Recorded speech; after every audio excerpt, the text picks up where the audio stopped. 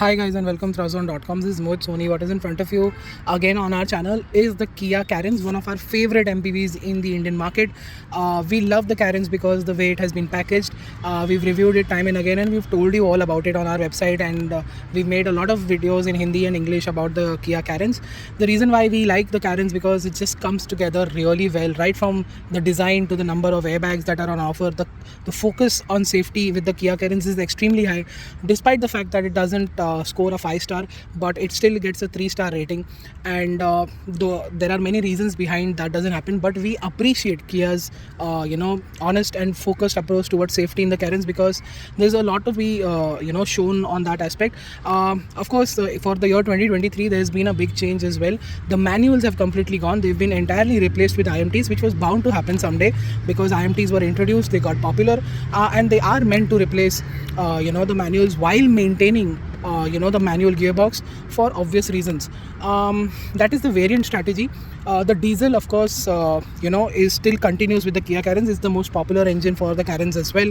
It's a people mover, so it needs that extra torque and extra fuel efficiency, and that is why it gets the diesel. Even today it's the same 113 PS and 250 Newton meters of torque. But let me show you something that I've been constantly telling you on the website, is the fact that now it gets a DEF system. So you will have to fill AdBlue when the instrument cluster tells you to do so. Earlier all the Hyundai group cars were had the LNT system where there was no necessity to put any AdBlue. But with the phase 2 getting more and more strict when it comes to regulations in terms of emissions, lowering them, they had to put the AdBlue system. We would have appreciated if somehow the Hyundai group has would have fine-tuned the engine more, but I guess there are limits to costs and engineering balancing them out.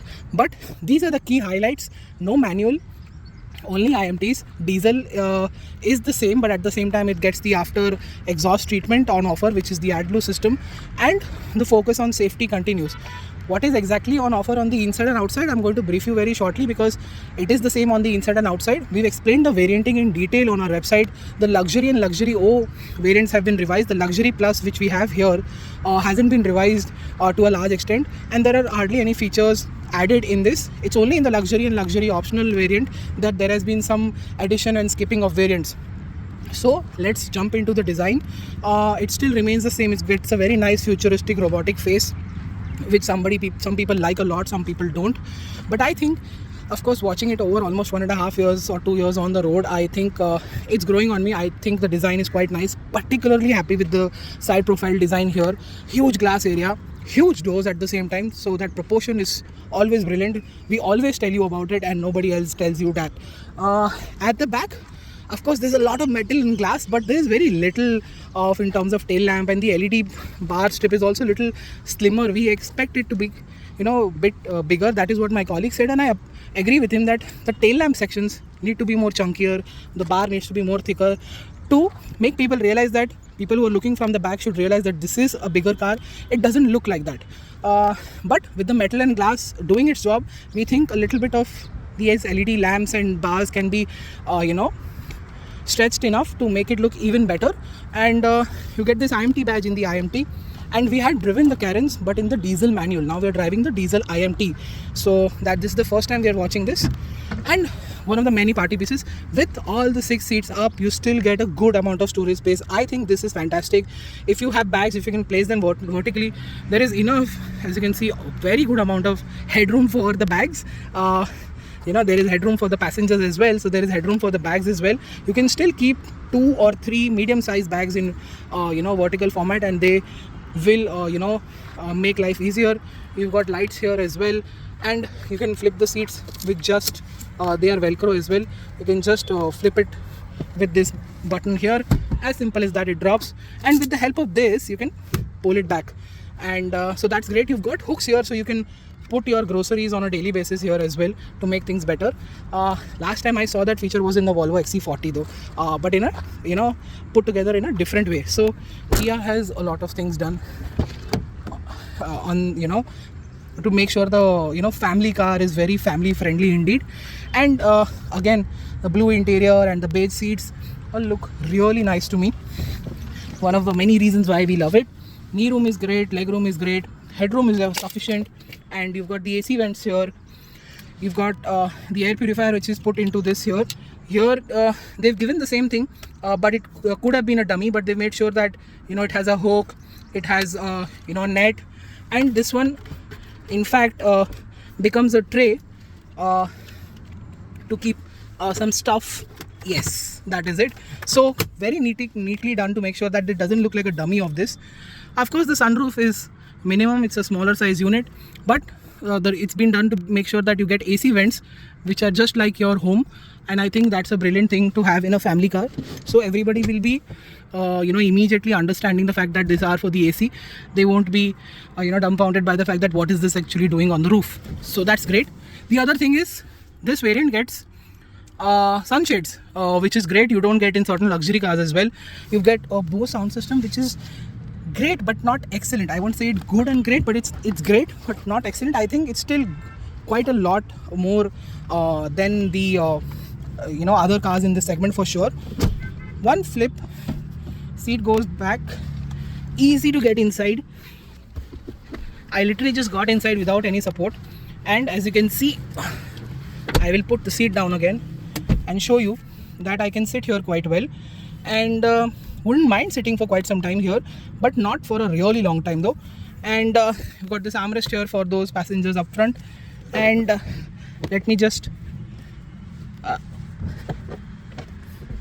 flip it again with just one hand. Despite I'm sitting at the back, I'm still able to do that. So it makes you realize that how easy this is in terms of flipping the seat and getting in and out on your own. Again, very easily coming in and out, no problem whatsoever, very minimum effort. So once you make the car from the scratch, you can create a lot of space here, and that's the reason why you can get inside quite well. Let's now remind you of another thing, is this dashboard.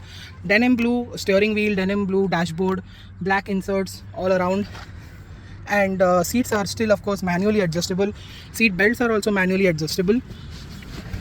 You've got a wireless charger, ventilated seats, cooling bin here, lot of space here. The glove box is big enough. You can mount an air freshener here, cup holder there, coin holder here, and door pad, which is very big, can house a lot of things. And yeah, let's start the car.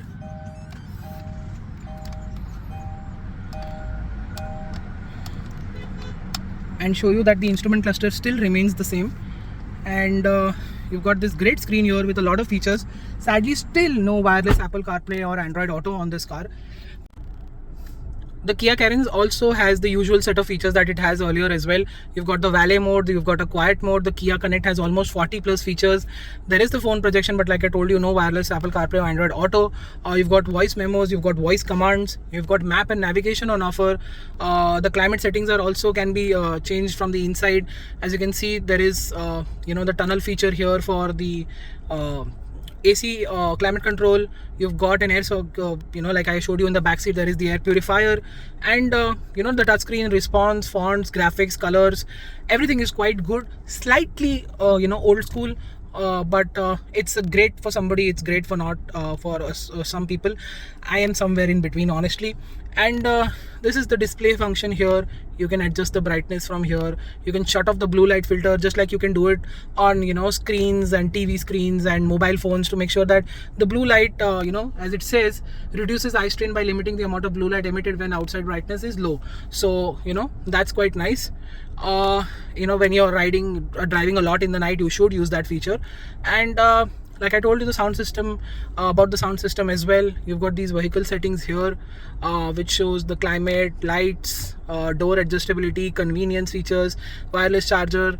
Driver assistance is still not here. The ADAS is supposed to come by the end of this year, so we'll see when that happens. And overall, we're impressed with the infotainment system, sound system. The instrument cluster also shows the urea level, like I told you, I showed you earlier in the video. And you can go through all of this. So as you can see, you have a proper set of trip meters here. You've got a compass, and you've got TPMS as well, which is very impressive. Automatic wipers and lights are on offer. And I showed you the charging points, the ventilated seats, the hill descent control on offer, electronic parking brake, sorry, not that's the manual handbrake is here, that's for the sensor, sorry. 360-degree camera is here, which makes life easier. Parking this big car is not a problem. And as you come up, you see there's a sunglass holder, and that is all the instructions for the IMT. You can pause the video and check what it says, which we're going to explain in the driving part. Let's find out. So what is the Kia Carens diesel like to drive? In this IMT format, we had driven the manual, we had driven the 1.4 petrol at first drive, and then of course, like I told you earlier, there's an inclusion of the 1.5 turbo petrol as well. The diesel here continues pretty much the same in terms of numbers, but there has been a change. Like I said, the urea inclusion is here, AdBlue inclusion is here, the IMT is here replacing the manual, and there is a lot of changes to the refinement as well. I don't know whether it's been done to the engine tuning or not, or it's just exhaust treatment that has been done, but there are vibrations at idle that I can feel on the glass, on the door pad, and to a certain extent I can feel those vibrations in the footwell. They are bare minimum, but they are noticeable this time. It isn't as refined as it used to be earlier with the Seltos and the Sonnet. The Carens of course came a little late in 2021, and the vibration aspect is there now, is what I'm trying to tell you, but it's not intrusive. It's not something that you will really feel you've not gotten the right deal. Of course not, that's not the deal here at all. It's just that there is some vibrations everywhere. You will notice it very rarely. If you're in the car with somebody talking, if you're listening to music, then you won't even realize that. But that is the key differential that I can see from the previous car that I drove. It's still got very good low end and mid range torque. Top end is good as well. You can maintain 100-120 with 4 to 5 people on board, which I told you in the last review as well. I can tell you again, last time I had my family on the car, this time I had friends in the car, and we did the 5 people test, and it is quite impressive. And it can hold on to triple digit speeds quite well.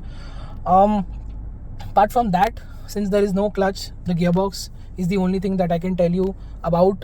Is the fact that it is light, it is well gated, and there are hardly any issues with that. You can use this every day without the lack of clutch. It just makes life easier. Most importantly, I like the IMT. People will not like the IMT. Other creators and journalists will tell you that they don't like the IMT. I'll tell you the fact that if you are in control of the gears, you can do a lot.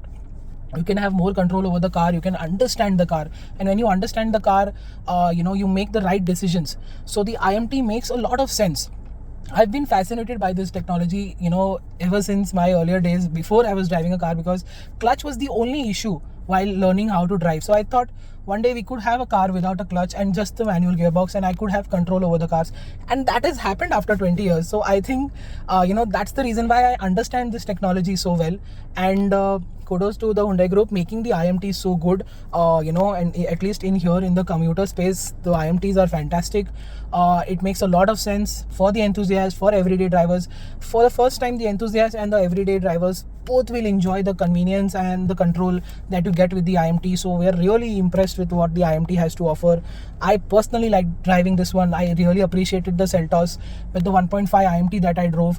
That was also very impressive. It was so easy to drive that it was unbelievably good. That was my first experience with the IMT, and I was really impressed with the IMT back then. I'm still impressed with the IMT now.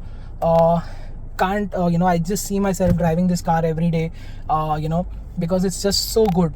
And as you know, I rarely appreciate new technologies like this, but this is something that I really do. Apart from that, like I told you, the powertrain is good enough. It's got all the power and torque that you need at any given RPM. The refinement has been told to you about the vibrations. Fuel efficiency is the most important part, and we've been getting not more than 17 kilometers to the liter within city and intercity highways. So let's say if you stay in Bombay, the fact that if you have to go to Malad and then come back to South Bombay, that's a lot of driving. and even in that driving we've been getting 16, 17, and I think that's a fantastic number. The only thing is on the highway it doesn't go above 19, 20, and I expect diesels to cross the 20 kilometer liter mark, and that doesn't happen here. You'll have to be really careful to do that. On the Mumbai-Pune expressway we saw not more than 20 kilometers to the liter at around 100 kilometers per hour of speed. So diesels have that efficiency diminishing by, let's say, 10 to 20%, and that's down to the regulations. And as we know, either you get emissions or you get fuel efficiency from the engine, and now it's all about the emissions. Earlier it was about the fuel economy. So there is still a very healthy balance. The fuel efficiency is still great but not excellent, and this is something that we'll have to deal with, because that's how the internal combustion engine will stay alive as times go ahead. And in terms of handling, body roll is bare minimum. Steering feedback is quite good. It's precise, it's light when you need it. Brakes are good, could have been better.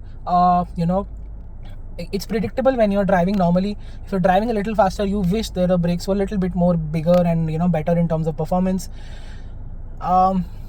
I guess the tires also could have done with a better compound, but then again, that is me driving a little bit more enthusiastically. Nobody drives their family car enthusiastically, and if somebody wants to do so, I definitely suggest a tire upgrade in terms of compound and a bit of size as well, to make sure that you get that fantastic full solid feeling that you get with an upgrade. Right now it's quite stable. The ride quality is excellent with these tires. It's stable on the highway at high speeds as well, no problem. But I think for that true blue deal, you should get your tires upgraded. And if you are truly into enthusiastic driving, and this is your only family car and you're the only enthusiast in the family. So yeah, that's how we like to sum up with the Carens. It is with the diesel IMT, makes a lot of sense. It's very easy to drive, very spacious, very comfortable.